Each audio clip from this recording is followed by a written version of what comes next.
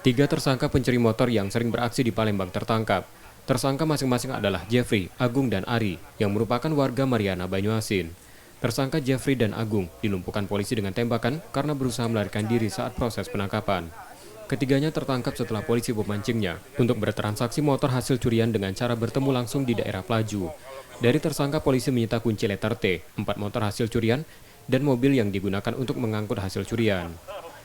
Bang, katanya si pelaku ini bisa memecah kunci pengaman kontak sama gembok, Bang. Betul sekali. Jadi kunci T-nya nih agak unik. Yang ujung ini untuk buka pengaman yang dari dealer lah. Buat menutup yang dari dealer. Ini juga sama, kalau dia ini kegedean, ini yang kecil. Nah, terus ujungnya ini yang kunci T-nya. Jadi sih ya, kalau misalnya nggak muat, dia ada gantinya lagi matanya. Udah 2 biji. Nah, inilah bentuk kunci T-nya. Itu Dan dia ini apabila si motor itu pakai gembok. Jadi pengamannya motor sendiri udah dia tahu. Ini untuk bongkar gemboknya. Bang, buat sendiri atau gimana pelaku itu, Bang? Ini buat sendiri nih. Dia belajar otodidak katanya. Dari catatan polisi, tersangka sudah lebih dari 3 kali melakukan pencurian di Palembang.